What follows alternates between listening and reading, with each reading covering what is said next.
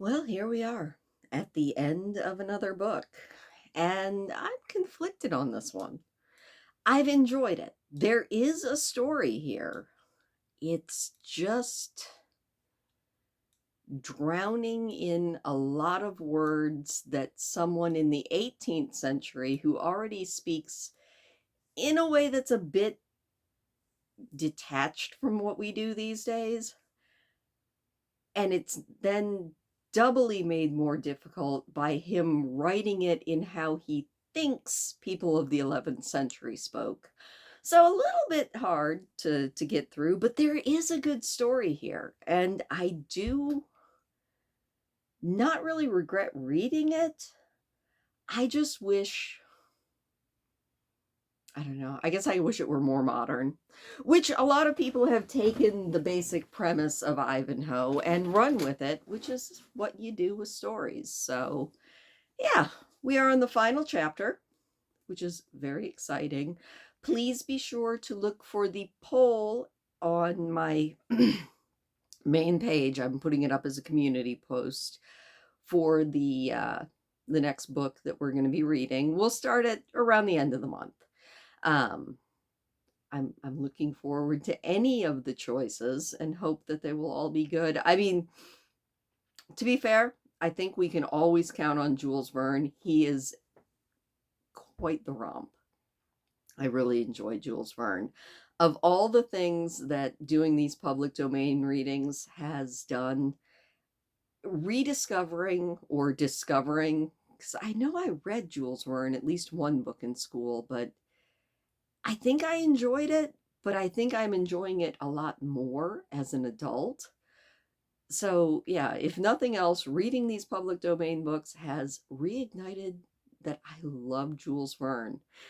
So, that's a good thing. If you are missing the other types of books that I used to read, there is a link on my page to my Patreon where they are slowly but surely being put back up. Forgiveness if anything goes awry in the re-uploading over on Patreon. Still figuring all that out. I've had a few hiccups along the way, but huge thank yous to my 3 patrons now, and to my, well, actually I was going to say 3, but no, there are actually 5 patrons because I have 2 people who joined at the free tier, which is something you can do, and there will be another free short story going up on Patreon probably while I am gone in this next week. So look forward to it. But now it is time to see what quote we are thrown with next as we finish Ivanhoe. Oh, it's a short one. So, now 'tis ended, like an old wife's story. And that quote is from Webster. Somehow I doubt it's Merriam-Webster, the dictionary people, but I like that one. Short, punchy, and to the point. As we jump into chapter 44, the final chapter of Ivanhoe by Sir Walter Scott. When the first moments of surprise were over, Wilfred of Ivanhoe demanded of the Grand Master, as judge of the field, if he had manfully and rightfully done his duty in combat. "Manfully and rightfully hath it been done," said the Grand Master. "I pronounce this maiden free and guiltless. The arms and the body of the deceased knight are at the will of the victor." "I will not despoil him of his weapons," said the knight Ivanhoe, "nor condemn his corpse to shame. He fought for Christendom. God's arm, not a human hand, has this day struck him down. But let his funeral be private, as become that of a man who died in an unjust quarrel. And for the maiden—" He was then interrupted by a clattering of horses' feet advancing in such numbers and so quickly as to shake the ground before them, and the Black Knight galloped onto the field. He was followed by a numerous band of men-at-arms and several knights in full armor. "I am too late?" he said, looking around. I had doomed Bois Guilbert for my own property. Ivanhoe was this good to take on you such a venture, and you barely able to stay in the saddle. By heaven, my liege, said Ivanhoe, heaven has taken this proud man for its victim. He was not to be honored in dying as your will had designed. Peace be on him, said Richard, looking at the corpse, if it may be so. He was a gallant knight, and has died in steel harness as a full knight should, but we must waste no time. Bohun, do your office.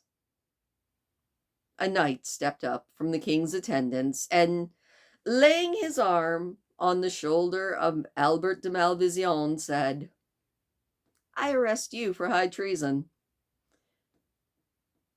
The Grand Master had before now stood astonished at the appearance of so many warriors, but now he spoke up.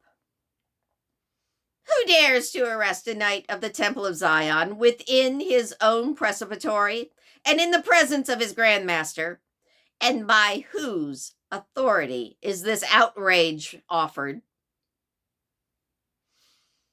I make the arrest, said the knight. I, Henry Bohun, Earl of Essex, Lord High Constable of England. And, said the Black Knight, raising his visor, he arrests Malvision by order of Richard Plantagenet, who is right here.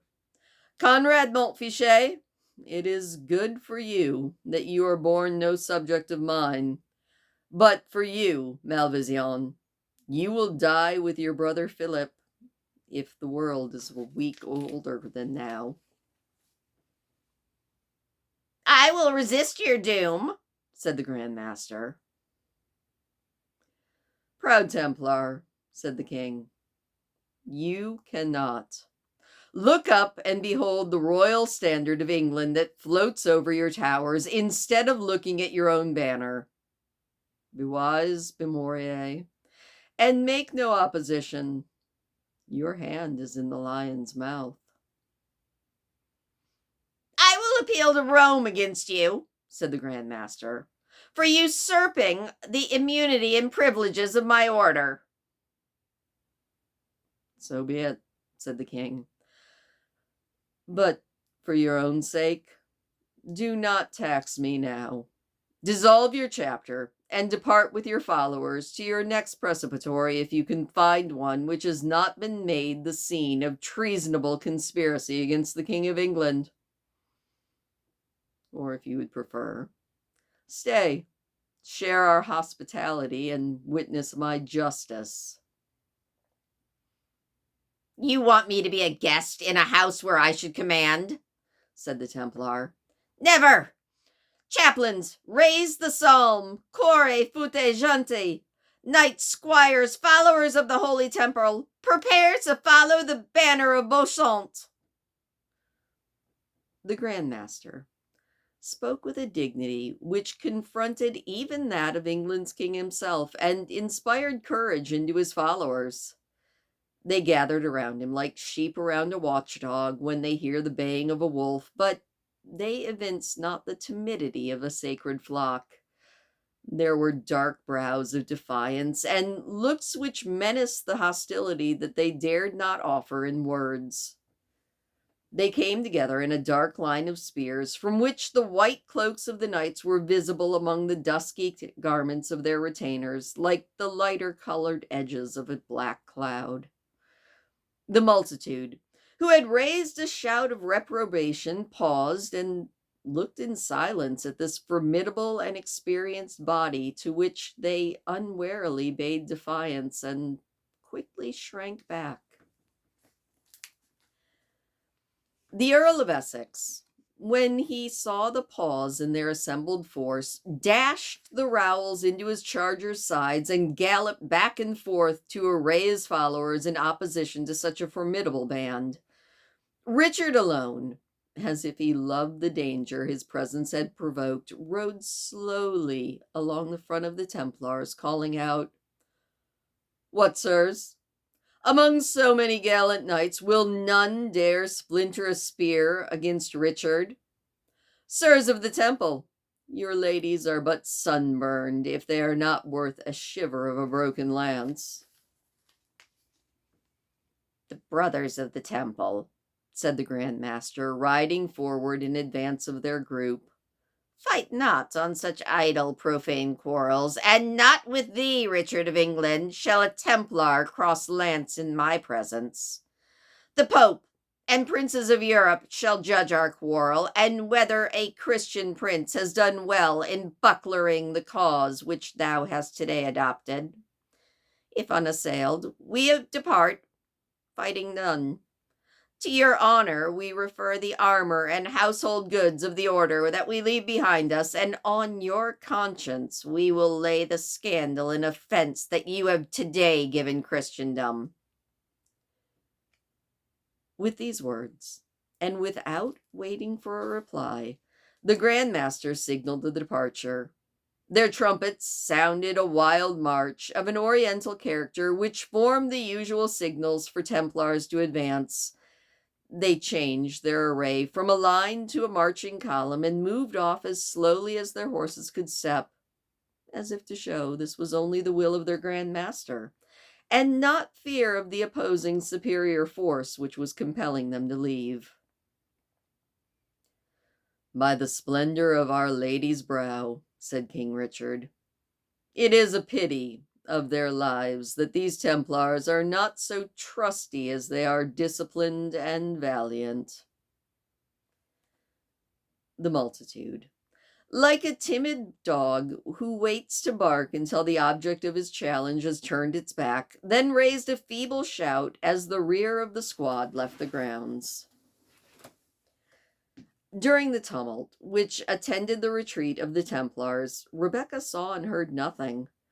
She was locked in the arms of her father, giddy, almost senseless with the rapid change of her circumstances, but one word from Isaac at length recalled her scattered feelings. "Let us go," he said. "My dear daughter, my recovered treasure. Let us go throw ourselves at the feet of that good young man." "No," said Rebecca. "Oh, no, no, no. I must not at this moment dare speak to him. Alas, I would say more than— No, my father, let us instantly leave this evil place." "But, my daughter," said Isaac, "to leave him who has come forth like a strong man with his spear and shield, holding his life as nothing, so that he might redeem your captivity, and you the daughter of a people strange unto him, this must be acknowledged." It it is it is most thankfully, most devoutly acknowledged, said Rebecca. "It shall be more so, but not now. For the sake of your beloved Rachel, father, grant my request. Please, not now." "No," said Isaac. "They will deem us more thankless than dogs." "But do you see, my dear father?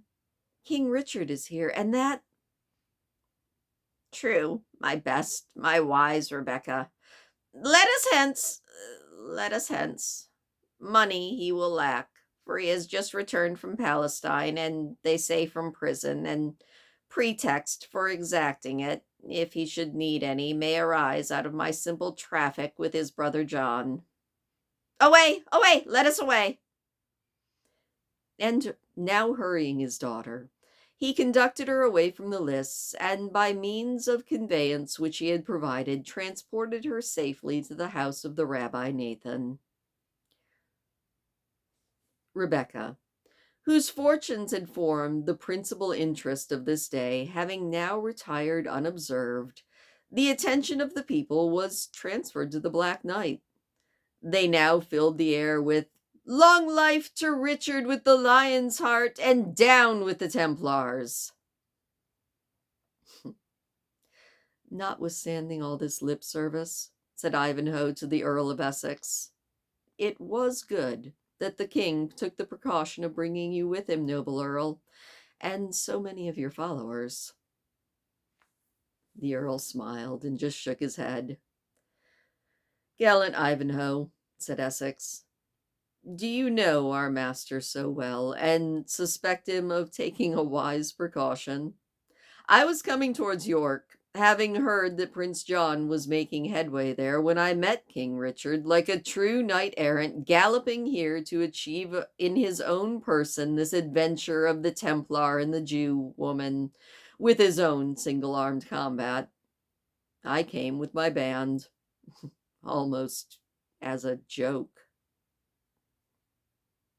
"What news from York?" said Ivanhoe. "Will the rebels meet us there?" "No more than December's snow will abide July's sun," said the earl. "They're dispersing, and who should come posting to bring us this news but John himself." "The traitor! The insolent traitor!" said Ivanhoe. "Did not Richard order him into jail?" "Oh, he received him," said the earl, "as if they had met after a hunting party, and, pointing to me and our men at arms, he said, 'See, brother, I have some angry men with me, and it were best if you go to our mother, carry her my affection, and stay there with her until men's minds have been pacified.'" "That was all he said," said Ivanhoe. "Would not anyone say that this prince invites men to treason just by his clemency?" "Just," said the earl, "as men may be said to invite death, who undertakes to get into a fight after combat, having an unhealed wound." "I forgive you your little joke there, Lord Earl," said Ivanhoe. "But remember, I was hazarding only my own life. Richard was hazarding the welfare of the kingdom." "Those," said Essex, "who are specially careless of their own welfare are seldom remarkably attentive to that of others. But let's make haste into the castle, for Richard meditates punishing some of the members of this conspiracy, even though he gave pardon to their principal." From the judicial investigations which followed this occasion, and which are given at length in the Wardour manuscript, it appears that Maurice de Bracy escaped beyond the seas and went into the service of Philippe of France, while Philippe de Malvision and his brother Albert, the precipitor of Templestowe, were executed. Although Wadimir Fitzruse, the soul of the conspiracy, escaped with banishment, and Prince John, under whose behalf it was undertaken, was not even censured by his good-natured brother. No one, though, no one pitied the fate of the two Malvisions, who only suffered the death that they had both so well deserved by their acts of falsehood, cruelty, and oppression. Briefly, after the judicial combat, Cedric the Saxon was summoned to the court of Richard, which, for the purpose of quieting the counties that had been disturbed by the ambition of his brother, was then held at York. Cedric tushed and pshawed more than once at the message, but he didn't refuse it. In fact, the return of Richard had quenched every hope he had entertained of restoring a Saxon dynasty in England, for whatever the head of the Saxons might have made in the event of a civil war, it was plain that nothing could be done under the undisputed dominion of Richard, popular as he was by his personal good qualities and military fame, although his admiration was willfully careless, now too indulgent, and then now allied to despotism. But, moreover, it could not escape even Cedric's reluctant observation that his project for an absolute union among the Saxons by the marriage of Rowena and Athelstane was now completely ended, by the mutual dissent of both parties concerned. This was indeed an event which, in his ardor for the Saxon cause, he could not have anticipated, and even when the disinclination of both of them was plainly manifested, Cedric could scarce bring himself to believe that two Saxons of royal descent should scruple upon personal grounds against an alliance so necessary for the public weal of the nation, but it was not the less certain. Rowena had always expressed her repugnance to Athelstine, and now Athelstine was no less plain and positive in proclaiming his resolution to never pursue to marry the Lady Rowena. Even the natural stubbornness of Cedric sunk beneath these obstacles, where he, remaining on the point of junction, had the task of dragging a reluctant pair up to it, one in each hand. He made, however, a last vigorous attack on Athelstine and found that the resuscitated sprout of Saxon royalty engaged, like country squires of our own day, a furious war with the clergy at the time.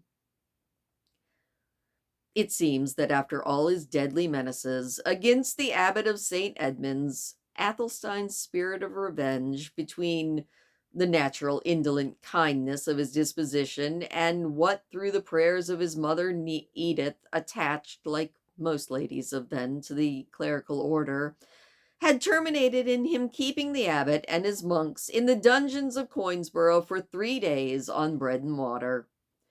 For this atrocity, the abbot menaced him with excommunication and made out a dreadful list of complaints in the bowels and the stomach that he suffered along with his monks in consequence of the tyrannical and unjust imprisonment that they had sustained.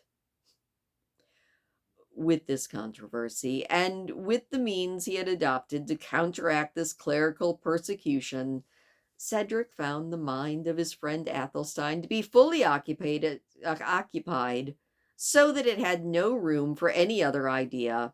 And when Rowena's name was mentioned, noble Athelstine prayed to leave to quaff at a full goblet to her health, that she might soon be the bride of his kinsman Wilfred. It was a desperate case, therefore.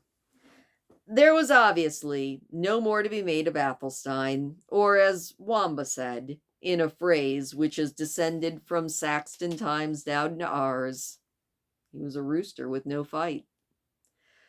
There remained between Cedric and the determination which the lovers desired to come only two obstacles: his own obstinacy and his dislike of Norman dynasty. The former gradually gave way before the endearments of his ward and the pride which he could not help feeling in the fame of his son. Besides, he was not insensible to the honor of allying his own line to that of Alfred, when the superior claims of the descendant of Edward the Confessor were abandoned forever. Cedric's aversion to the Norman race of kings was also much undermined. First, by consideration of the impossibility of ridding England of this new dynasty, a feeling which goes far to create loyalty in the subject to the king de facto. And secondly, by the personal attention of King Richard, who delighted in the blunt humor of Cedric, and, to use the language of the Wardour manuscript, so dealt with the noble Saxon that, ere he had been a guest at court for 7 days, he had given his consent to the marriage of Rowena and his son Wilfred. The nuptials of our hero, thus formerly approved by his father, were celebrated in the most august of temples, the noble minister of York. The king himself attended, and from the face which he afforded on this and other occasions to the distressed and before now degraded Saxons, gave them a safer and more certain prospect of attaining their rights than they could have hoped from the precarious chance of civil war. The church gave her full solemnities, graced with all the splendor which she of Rome knows how to give on such a brilliant effect. Gurth, gallantly apparelled, attended as squire upon his young master who he had served so faithfully, and the magnanimous Wamba, decorated with a new cap and a most gorgeous set of silver bells. Sharers of Wilfrid's dangers and adversity they remained, as they had a right to expect. They were also the partakers in his more prosperous career ahead.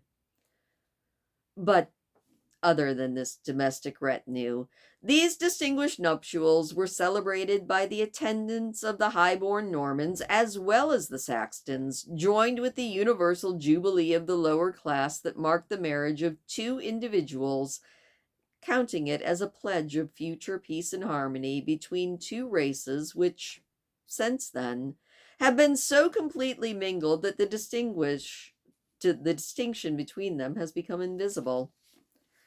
Cedric lived to see this union approximate towards its completion. For as the two nations mixed in society and formed intermarriages, the Normans abated their scorn, and the Saxons were refrained from being so rustic. But it was not until the reign of Edward III that the mixed language, now termed English, was spoken in the court of London, and that the hostile distinction between Norman and Saxon now seems to have entirely disappeared. It was upon the second morning after this happy bridal that the Lady Rowena was made acquainted by her handmaid Elgitha that a damsel desired admission to her presence, and solicited that their talk please be without witnesses. Rowena wondered. Then she hesitated, became curious, and ended by commanding that this woman be admitted, and that her attendants withdrew. She entered. A noble and commanding figure, the long white veil in which she was enshrouded, overshadowing rather than concealing the elegance and majesty of her shape. Her demeanor was that of respect, unmingled by the least shade of either fear or of a wish to propitiate favor. Rowena was ever ready to acknowledge the claims and attend to the feelings of others. She rose and would have conducted her lovely visitor to a seat, but the stranger looked at Elgitha and again intimated a wish to speak with the Lady Rowena alone. Elgitha had no sooner retired with unwilling steps than, to the surprise of the Lady of Ivanhoe, her fair visitor knelt down on one knee, pressed her hands to her forehead, and bent her head to the ground, in spite of Rowena's restraints, and kissed the hem of her tunic. "What do you mean by this, lady?" said the surprised Rowena. "Or why do you offer me such a deference?" "Because of you, Lady of Ivanhoe," said Rebecca, rising and resuming the usual quiet dignity in her manner. "I may lawfully, and without rebuke, pay the debt of gratitude which I owe to Wilfrid of Ivanhoe. I am, forgive the boldness which has offered to you the homage of my country, I am the woman for whom your husband hazarded his life against such fearful odds at the tilt-yard of Templestowe." "Woman," said Rowena, "Wilfrid of Ivanhoe on that day rendered back but the slightest measure your unceasing charity towards him while he was wounded and misfortunate. Speak, is there anything remains in which way he or I can serve you?" "Nothing," said Rebecca, "unless you will transmit to him my grateful farewell." "You're leaving England?"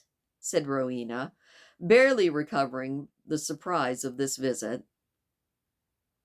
"I leave it, my lady, before the moon again changes. My father has a brother high in favor with Mohammed Bobadil, the king of Granada, and we are going there, secure of his peace and protection, for the payment of such ransom as the Moslem extract from our people." "Are you not then as well protected here in England?" said Rowena. "My husband has favor with the king, and the king himself is just and generous." "My lady," said Rebecca, "I doubt it not. But the people of England are a fierce people, quarreling ever with their neighbors or amongst themselves, and ready to plunge the sword into each other's bowels. This is not a safe place for the children of my people. Ephraim is a heartless dub. Issachar is an overlabored drudge who stoops between two burdens. Not in a land of war and blood, surrounded by hostile neighbors and distracted by internal fractions, can Israel hope to rest during her wanderings. But you, Rebecca, said Rowena, you surely can have nothing to fear. You who nurse the sick bed of Ivanhoe, you can have nothing to fear in England, where the Saxon and the Norman will contend to who will do you the most honor. Pretty words, my lady, said Rebecca. And your purpose is even prettier, but it may not be. There's a gulf between us. Our breeding, our faith alike forbid either of us to pass over it. Farewell. Yet before I go, indulge me in one request. The bridal veil hangs over your face. Please raise it. Let me see the features of which fame has so highly spoken. They are scarcely worthy of being looked upon, said Rebecca. But, expecting the same from my visitor, I will lift my veil. She took it off, and partly from the consciousness of beauty, partly from bashfulness, she blushed so intensely that cheek, brow, neck, and bosom were suffused crimson. Rebecca blushed as well. But it was a momentary feeling, mastered by her higher emotions, which passed from her features like the crimson cloud which changes color when the sun sinks beneath the horizon. Lady, she said, the face you have deigned to show me will long dwell in my mind. There reigns in it gentleness and goodness, and if a tinge of the world's pride or vanity may mix with an expression so lovely, how should we chide that which is of earth for bearing the same color as its original? Long will I remember your features, and I bless God that I need leave my noble deliverer united with. She stopped short, her eyes filled with tears. She hastily wiped them and answered to the anxious inquiries of Rowena. I am well, my lady, I am well.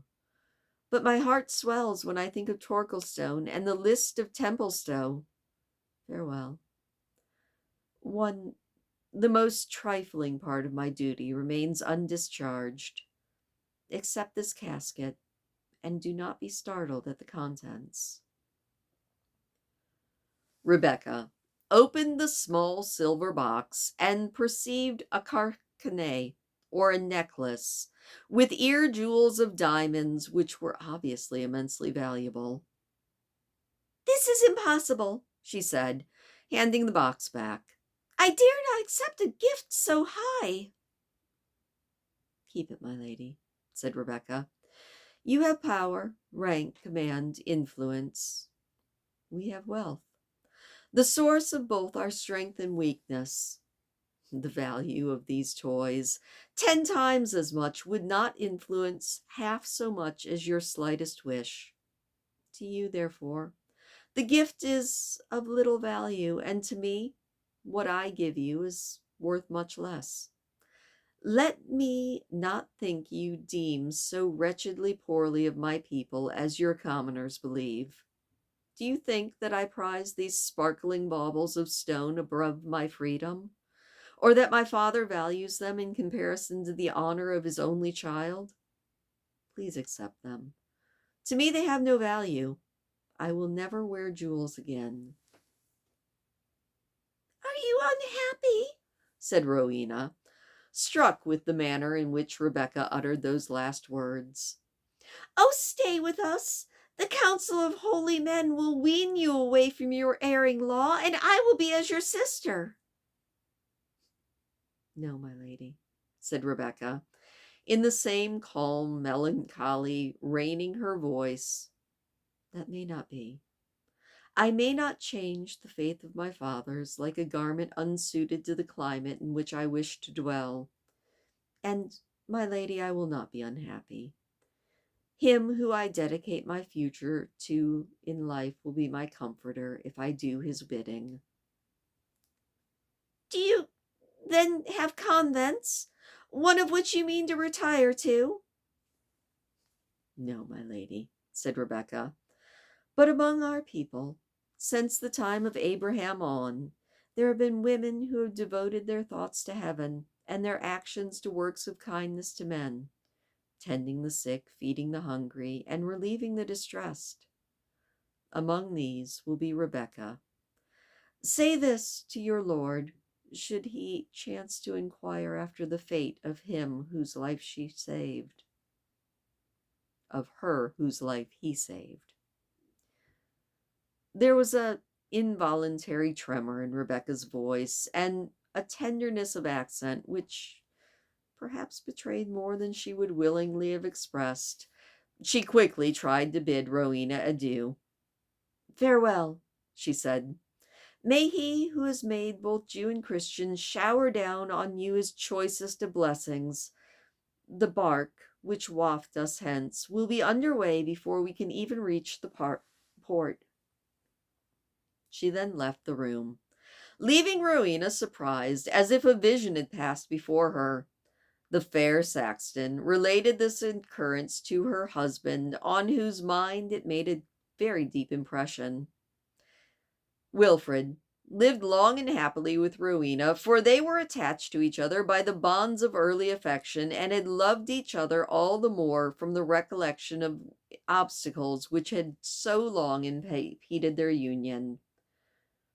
Yet it would be inquiring too curiously to ask whether the recollection of Rebecca's beauty and the magnanimity did not occur to his mind more frequently than the fair descendant of Alfred might have approved of altogether.